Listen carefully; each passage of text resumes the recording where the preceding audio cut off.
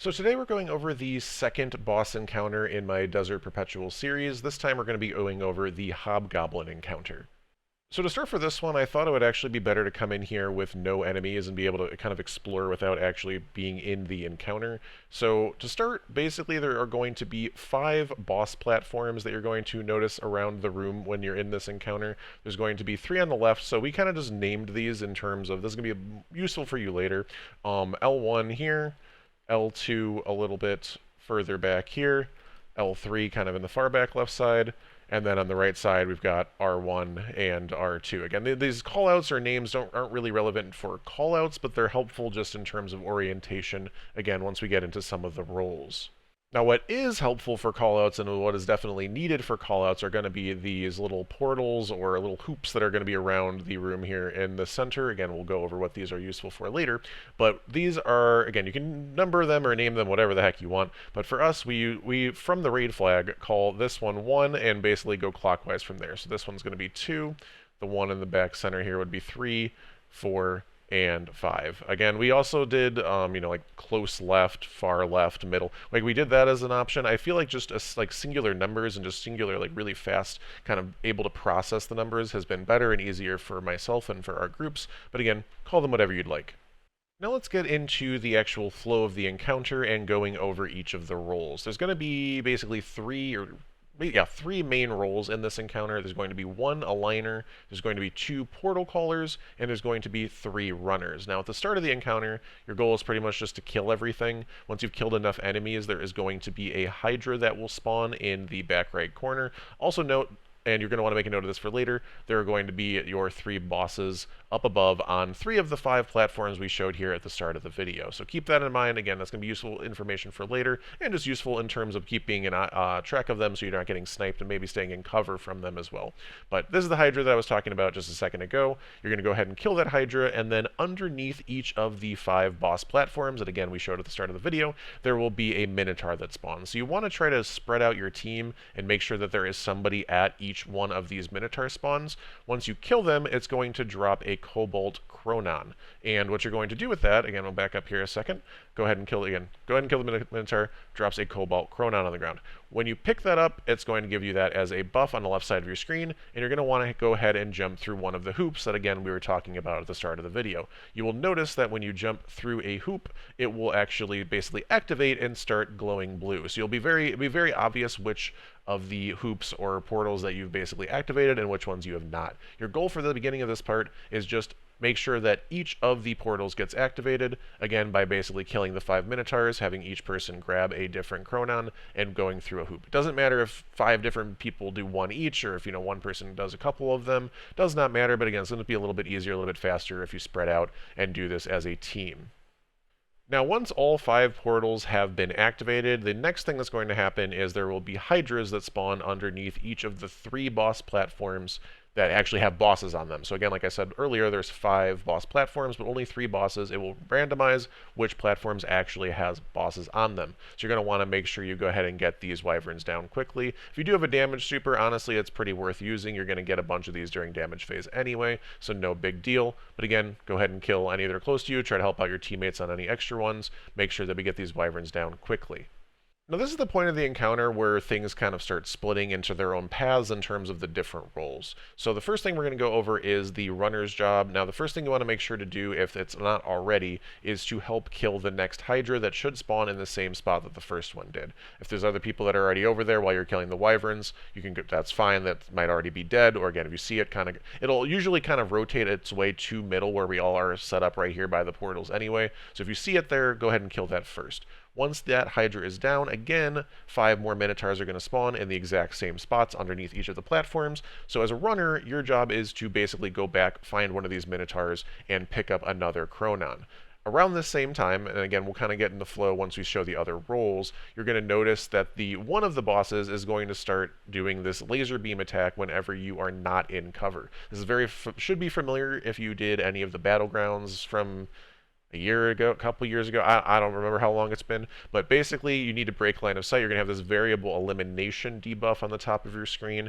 That's going to start at 10 seconds. If you're not if you do not break line of sight for 10 straight seconds, the variable elimination is basically going to be a snipe shot from the boss at you, and you will instantly die. But again, the nice thing here is if you do break line of sight, that debuff will immediately go away, and then if you do start getting seen again, it's already back up at 10 seconds. You just need a quick split second of getting into cover, and you'll be good to go. Now, the next thing you'll need to do, again, as you probably noticed here, is you're going to need to go through one of the portals with the Chronon. So it's very important, couple things. A, you're going to need to go through a specific portal based on which portals the portal callers call out to you, which again, we'll go over that role here in a moment. And B, you need to make sure that only people that do not have any buff, which again we'll go over here in a second, and so are basically the 3 runners, are the only people that are picking up Chronons, and that they are going through the portals, only the runners. That's why these 3 specific people are going to be doing that. Again, that'll make more sense in a moment. But again, the goal here is the portal callers are going to call out 4 portals that the runners need to go through. So at the start, again, you have 3 runners, so if you're kind of doing this quickly, you should already have a Chronon pretty much right at the start. You can go through a portal really quickly. Then whoever can find a second Chronon as quick as possible can go through that final remaining portal, because again, 4 portals, 3 people. If you all go through one, there's 1 extra, and then you're good to go. Now, once you see all the portals, basically, like, again, you're going to see the portals like red and kind of blinky like they are right now. Once you see these portals go from that to all blue on the sides, which we'll try to show here in a second, right there, you can see how that the big difference between, the sides being we'll skip it back one more time. The sides being like red, as you see like on the side over here, and then when I go through this little section and look at it again, now it's blue. So when all of them are blue, at that point you know that you've done your job as a runner. There's going to be another mechanic for another role, which we'll talk about in a second, but basically at this point, you are just staying near the center, making sure you don't die to the beam attack, as that's still going to be going on, and waiting for damage phase. Anything you can kill and clear here in the center is a great thing to do, going to make everybody else's job easier, but basically you're just waiting for damage.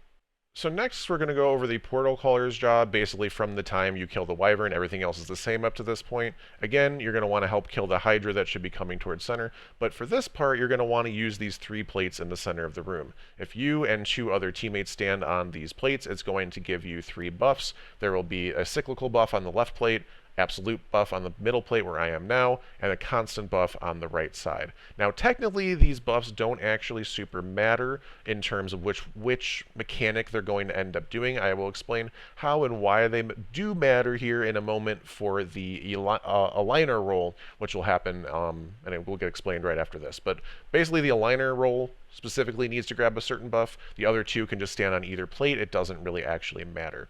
Now at this point, once you do have your buff, you're going to just kind of hang out in middle and clear ads until the room gets all crazy again, with the sniper being or the boss basically doing that snipe attack where you need to stay in cover, as you see here. Now your job, as soon as you see that, you're going to notice the portals, and you're going to notice that they look a little bit different from each other. If we look very carefully here, we're going to notice that on this left side, if we back up again, once the snipe attack starts, we'll skip ahead a few seconds. But once the snipe attack starts, you'll see that these left side portals, 1 and 2 in particular, this one over here and this one here, have the red beam, or the red kind of glow on this middle part of the portal, or of the loop thing.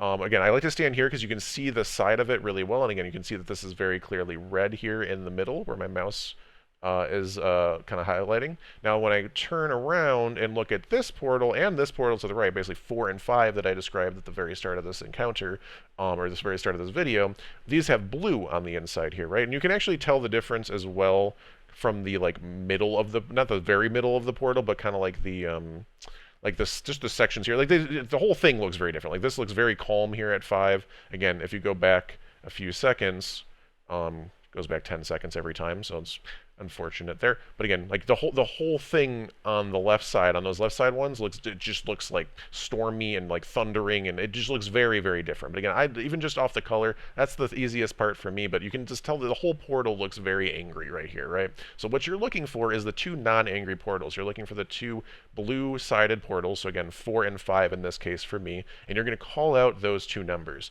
Again, there are 2 portal callers in this role, basically the 2 people that have the Out of the absolute, cyclical, and constant temporalities, the two people that aren't doing the aligning are going to be the two people that can see the two blue portals each. You should see two different blue portals than your teammate. So again, I'm seeing 4 and 5 here, so my teammate that's also doing the portal calling is going to see either 1 and 2, or 1 and 3, or 2 and 3. You're never going to have like both people have 4, for example, like that. That means you're doing something wrong. But basically, between the two of you, there should be 4 blue portals, and again, that's where we kind of go back to the runner's job of the runners grabbing the chronons and going through those specific 4 portals that we talked about before. So that's how that kind of all comes together. Again, once you've done your 2 callouts here, you're pretty much just doing the same thing after for what the runners do after their part, is just kind of hanging out in the center, clearing any ads. If there's another Hydra up like there is here, make sure you go ahead and help kill that. So now let's go ahead and go over the final role, which is going to be the aligner. And the first thing you really want to do as the aligner is basically check for the name of a close boss that is, again, near like L1 or R1. The reason for this is twofold, multiple fold, is first of all, again, if you actually look in ADS at a boss, they're going to have 3 different names. There's going to be the made cyclical one, the made absolute one, and the made constant one. And where these bosses are and which one is which is completely random, so you need to make sure that you're checking for the names here. Now, again, you don't necessarily have to do this. You could always just like rotate who's actually doing the alignment. But basically, in order to align, you need to get the corresponding buff. So you either have like the absolute buff, and you need to bring it to the absolute boss. Or you need to have the constant buff, bring it to the constant boss. Or have the cyclical buff and bring it to the cyclical buff, or the cyclical boss, which is what we're going to show here. Again, you can see me ADSing. I see this one is called made cyclical. So that means that I want to get the cyclical buff. If I want to just, basically if you want to make it so that you always have the same aligner, this is how you want to do the encounter. So as I talked about at the beginning of the video, cyclical is going to be the left plate from the raid flag, absolute's the middle, constant is the right, so I'm going to be on the left plate again from the perspective of the raid flag.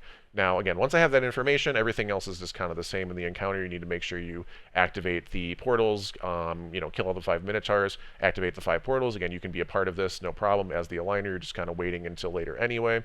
Again, you'll want to kill or help kill the wyverns when they spawn in, and then again, usually around the time once the wyverns are dead is when you're going to want to head middle and then start getting on the plate so you can have your buff in time. So again, help kill the wyverns, put some shots in, head to the center, make sure you're on your correct plate. So again, here I'm going to be on the left side plate looking from the raid flag here in a second, and once everybody else is on their plates, I will get the cyclical buff.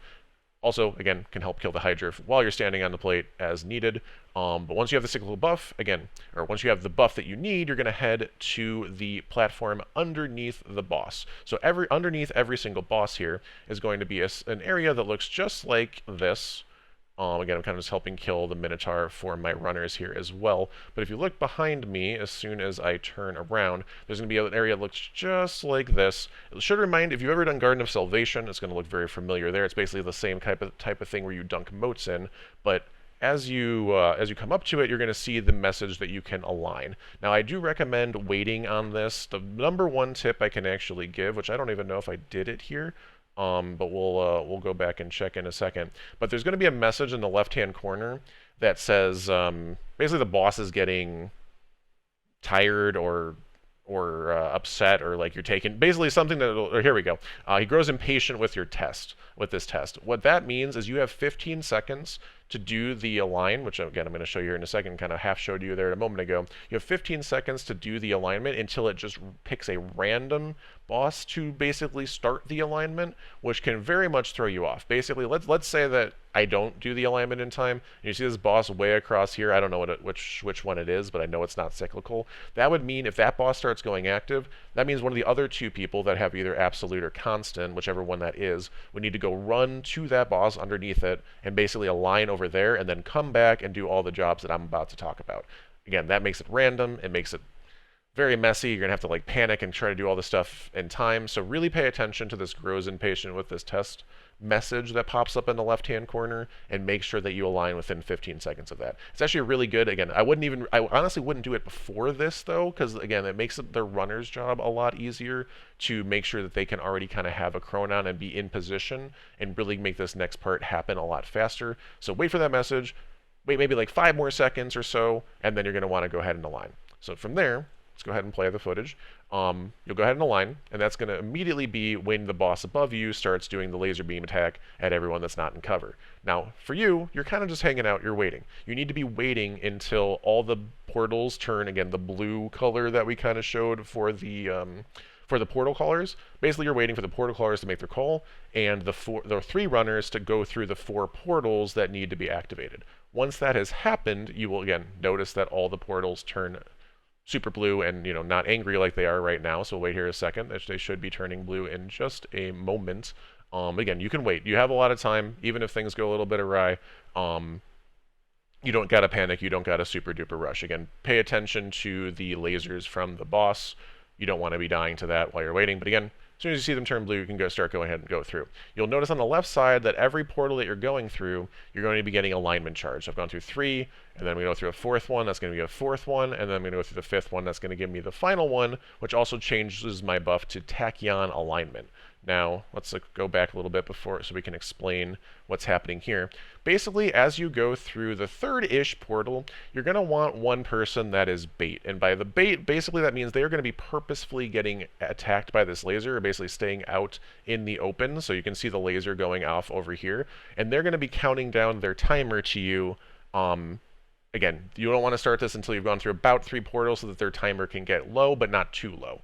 Once they're down to about 2 or 3 seconds, probably 2 seconds is probably the best. Once they're down to 2 seconds, and again, you'll notice once you go through that 5th portal and get the tachyon alignment, your grenade gets replaced with basically a bubble. Very important, do not press your grenade button unless you mean to use this for the mechanic. It will you only get 1 shot at this, and if you accidentally try to throw a grenade or try to eat your grenade, which I say this because I've done this multiple times already, yeah, just don't use a grenade once you have this until it's time to actually put the bubble up. Again, what's going to happen here basically, again, wait till 2 seconds on the bait person's timer. They're going to communicate that to you, and then you're going to make sure you're standing on them, press grenade, it's going to create a bubble, and then when the boss tries to attack you, or your teammate, it's going to deflect the attack back to the boss and make them basically damageable. Now, they won't be damageable right away. There's going to be still like a 10-ish second window here, so you can kind of wait for that, but basically, eventually, they're going to drop down here into this middle plate, and you'll be able to do damage. Now, I would recommend for DPS phase now, if you are the aligner/runner, tractor cannon is really good because you're not going to have a lot of time to do damage. Basically, what you want to do is as soon as you see on the left side of your screen during the damage phase that your the little boxes that pop up, the alignment charge, you want to start doing the running again. Now, I will say that every now and then there's this like weird kind of situation where like this one was like super weird where the portals just like went up and down a couple times and it got kind of tight, but we still made it.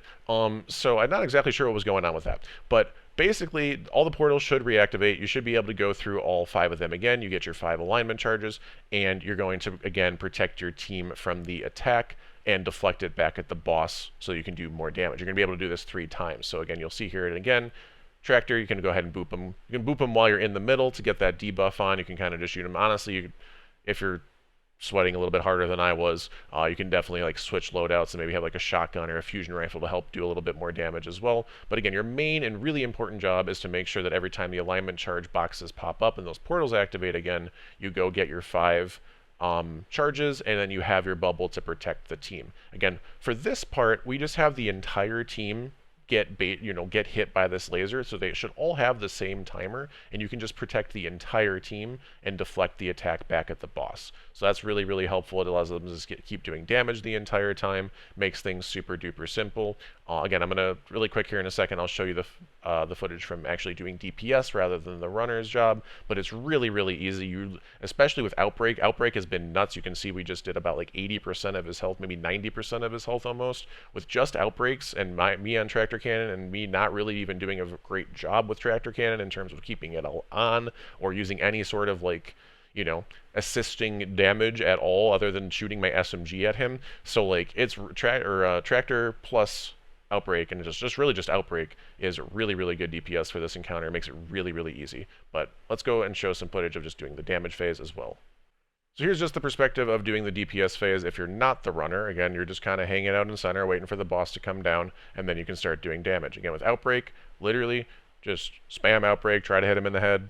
My aim's not super great, but like, again, try to get headshots. You should be building your super up pretty fast. Try not to hit the well stick with it. Again, not the greatest show of actually, doing DPS, but just shows, again, how easy this two-phase is going to be if you, make sure you do the running mechanic. Whoever your runner is does that well. Now, again, when he goes up to one of these platforms during damage phase, don't worry about the variable elimination. This is going to be the runner's job to protect you. Make sure you're counting it down, though, so that they can, again, at 1 or 2 seconds, put the bubble up, and it'll deflect back at the boss. Again, you can be doing damage to him pretty much that entire time, even when he's up there. Once the attack deflects back, he comes back down, you can do more damage. Make sure, if you are running Prismatic, Transcendence comes up really fast with Outbreak 2, which is nice. Again, your super is going to come back really fast. You should probably get 3+ supers during the phase, assuming you get all of the extended damage phases from your runner, basically deflecting back the attack. But again, we're already at half. We got another, he goes back up to the same platform. He doesn't necessarily always go back to the same platform. He can go to the other side potentially too. But again, just keep shooting him. That's the other great thing with Outbreak. You can just keep outbreaking him even from this pretty grand distance. You don't got to worry about, having like a sniper or anything like further range. You just outbreak. But again, he comes down one more time. We get another super off. And again, here we don't do quite as much damage as the other footage, but we get about 75% or so of his health. And again, that's very, very, very, very consistent with Outbreak. There's not really like a whole lot of upside or downside to Outbreak. And it's not like we're even like, super optimizing like 12 thunder crashes and all this craziness. Like it's really, really solid, really, really good. Would recommend. And that's all for today. I hope this video was helpful. And as always, thank you so much for watching. And be on the lookout for 2 more videos over the final 2 encounters over the next couple days.